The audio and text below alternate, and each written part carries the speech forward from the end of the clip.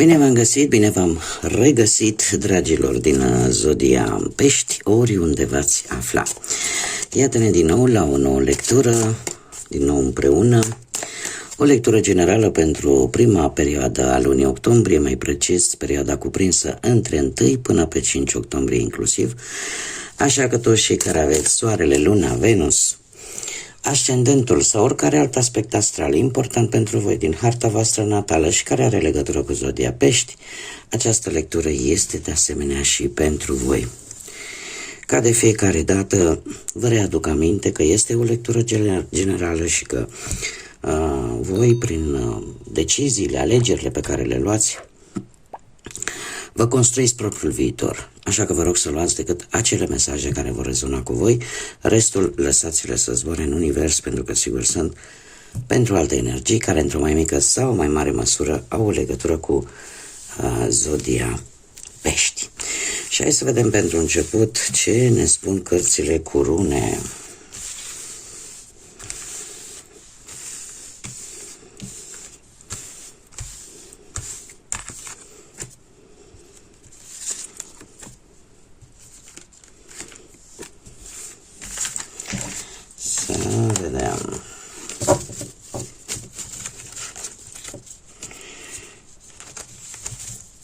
Bun.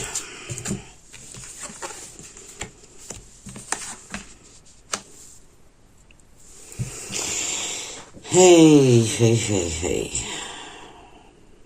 Dragilor, dragi. Voi de curând, nu știu dacă n-ați pierdut cumva controlul vis-a-vis de o anumită situație. Sau anumite obstacole care cumva au venit în viața voastră și care obstacole care într-un fel sau altul v-au cam abătut, ca să zic așa, de la drumul vostru, de la planurile voastre, de la ce vroiați voi să faceți. Eu trebuie să vă spun că și în această perioadă destul de scurtă, de început de octombrie, aceste provocări oarecum vor continua. Vor continua sau, eu aș spune, unii dintre voi vă veți simți așa un pic pierduți, în sensul că e ceva aici ce ține foarte mult ce ține de foarte multă vreme. O situație care v-a marcat, o situație care parcă nu se mai sfârșește. Haideți să vedem ce ne spune totuși tarotul, ce vine pentru dragii mei din Pești în perioada 1 până pe 5 octombrie inclusiv.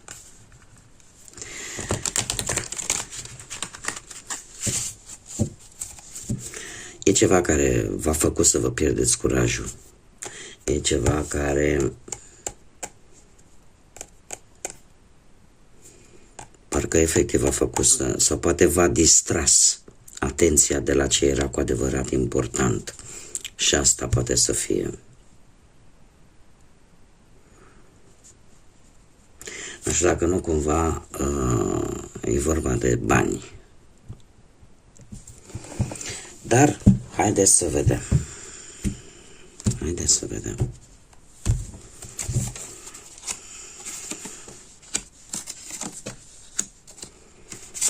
Ceva rapid, dragii mei dragi.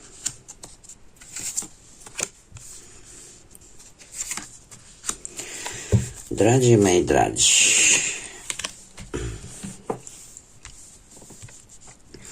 Într-adevăr, viața voastră în general se întâmplă lucruri într-un ritm foarte alert, într-un ritm foarte rapid. Cumva există o comunicare cu cineva foarte rapidă, cu cineva, ori la distanță, ori că e vorba de o călătorie, poate cu avionul, ori că e vorba de răspunsuri foarte rapide, de negocieri foarte rapide, de mutări foarte rapide. Cumva lucrurile se întâmplă într-un ritm foarte alert. Într-un ritm foarte alert și lucrul ăsta cumva un pic să vă destabilizeze. De aici apare poate și această distragere a atenției, faptul că se întâmplă lucruri cu o viteză destul de mare și care vă distrage atenția de la lucrurile poate importante. Ce poate juca un rol defavorabil pentru voi, trebuie să vă spun acest lucru, ori cineva din balanță, ori, sau care are legătură cu zodia balanță, ori justiția, dragilor. Că este ea justiție terenală, că este ea justiție divină. În această perioadă, dacă nu se va face ceea ce este corect, ceea ce este drept, lucrul ăsta poate juca un rol negativ vis-a-vis de voi. Va fi cumva contra voastră. De ce spun acest lucru? Ori că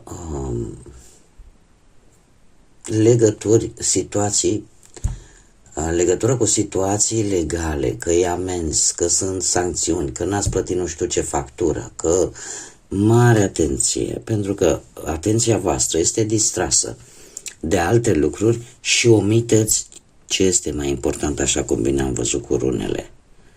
Așa că mare atenție la ceva poate ce n-ați reușit să plătiți. Sau dacă ați avut ceva amenzi de plătit.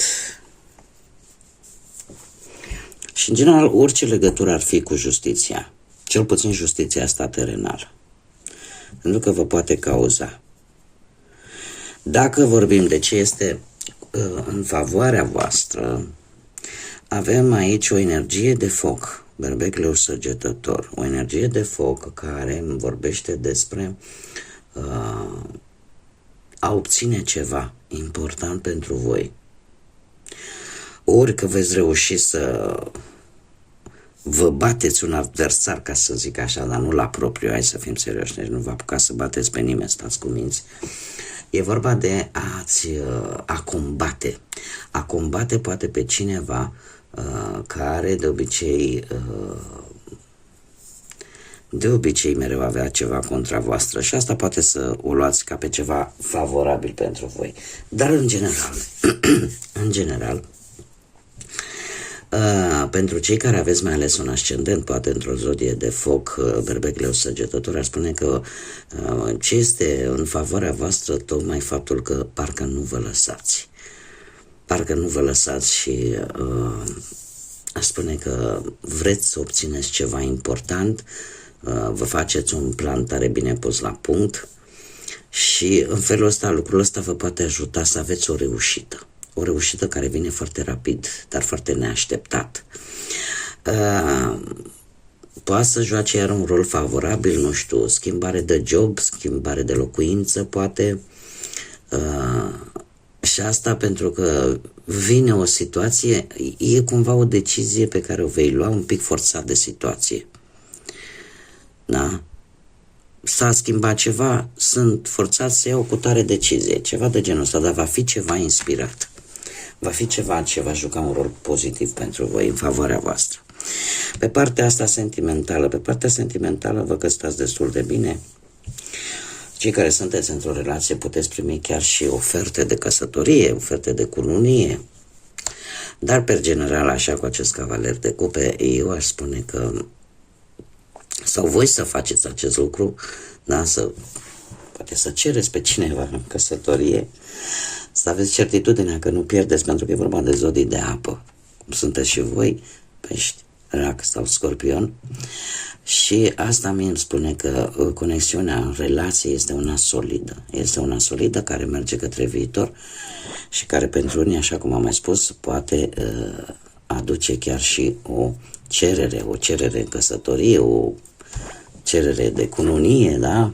Sau o cerere importantă, un compromis important. Cei singurei sunt mari șanse să vă apară cineva interesant. Cineva care să vă dea un pic lumea peste cap, așa la modul frumos. La muncă, aici se pare că este o problemă, dar este o problemă care, eu aș zice că este creată de voi înși aproape. Avem un 8 de spate care îmi vorbește de o situație în care tu te consideri că ești prins în ceea ce privește, nu știu, viața voastră profesională. O situație în care parcă nu vezi nicio ieșire. Parcă cum ai gândi-o tu, cum există această teamă,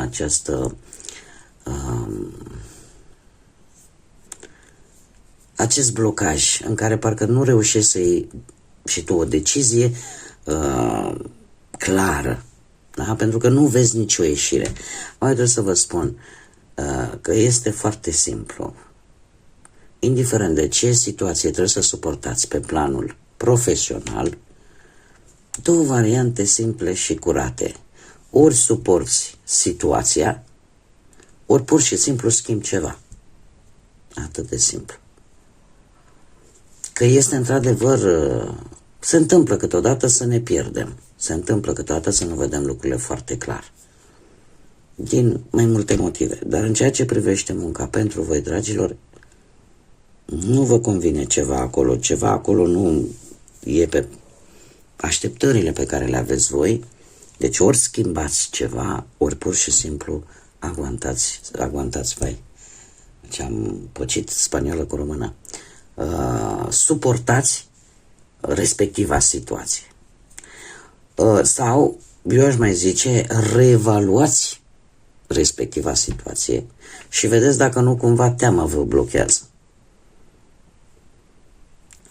Pentru că trebuie, ieșiri sunt, dragilor, din orice situație.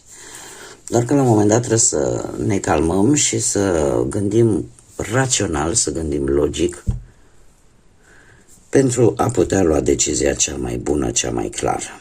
Pe partea banilor aș spune, nu știu dacă Zodia Capricorn vă spune ceva, dar pe partea asta banilor, banii nu e că n-ar veni. Banii vin. Dar trebuie să și vă vin și niște oferte așa bombă, niște oferte în care să faceți bani. Sau vă vin niște promisiuni foarte tentante relaționate cu banii. Singurul avertisment, ca să zic așa, este acela de a căuta informații, indiferent de ce oferte vă vin și care au legătură cu banii. Și de ce? Pentru că de obicei există ceva ascuns acolo care nu se vede sau care nu se spune. Așa că folosiți-vă istețimea, mai ales cei care aveți poate un ascendent în Capricorn. Indiferent de ce promisiuni vi se fac pe partea asta banilor, cel puțin în această perioadă, nu o luați de bună așa pe de-a întregul, fără să cereți și alte informații adiționale. Dar banii așa, din câte văd eu, nu vor lipsi. Haideți să vedem ce mesaj important am pentru voi, dragilor, în această primă perioadă din octombrie, 1-5 octombrie, pentru dragii mei din Pești. Te rog, un mesaj. Chiar două. Ia să vedem.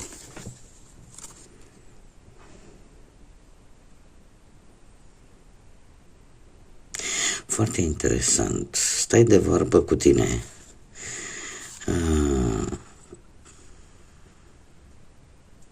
Stai de vorbă. Dragilor, am impresia că unii dintre voi ori ați pierdut pe cineva, ori vă e dor foarte tare de cineva. Sau și una și alta. Pentru că adormiți cu acea persoană în gând. Și asta vă rupe un pic de realitate.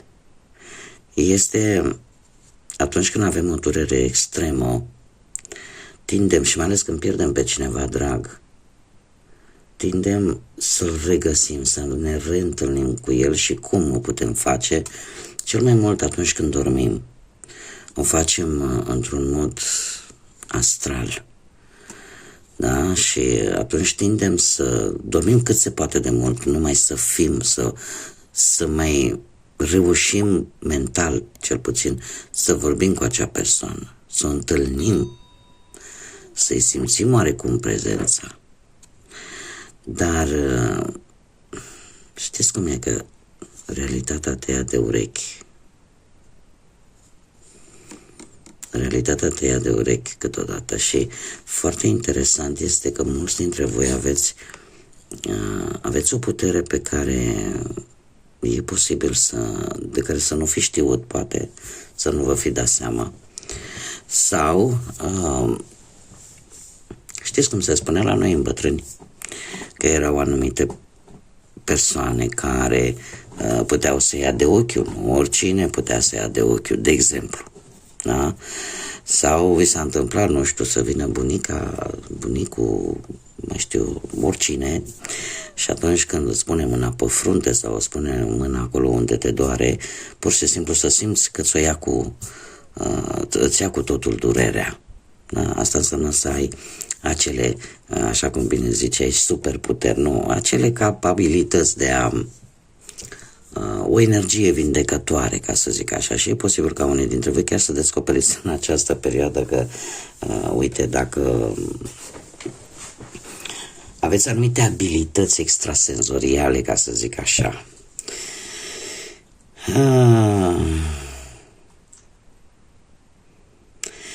Ce aș vrea eu să mai zic apropo de acest aspect în care adormi cu cineva în gând, adorm cu o anumită persoană în gând, dragilor, aceasta este distragerea. Nu dați, încercați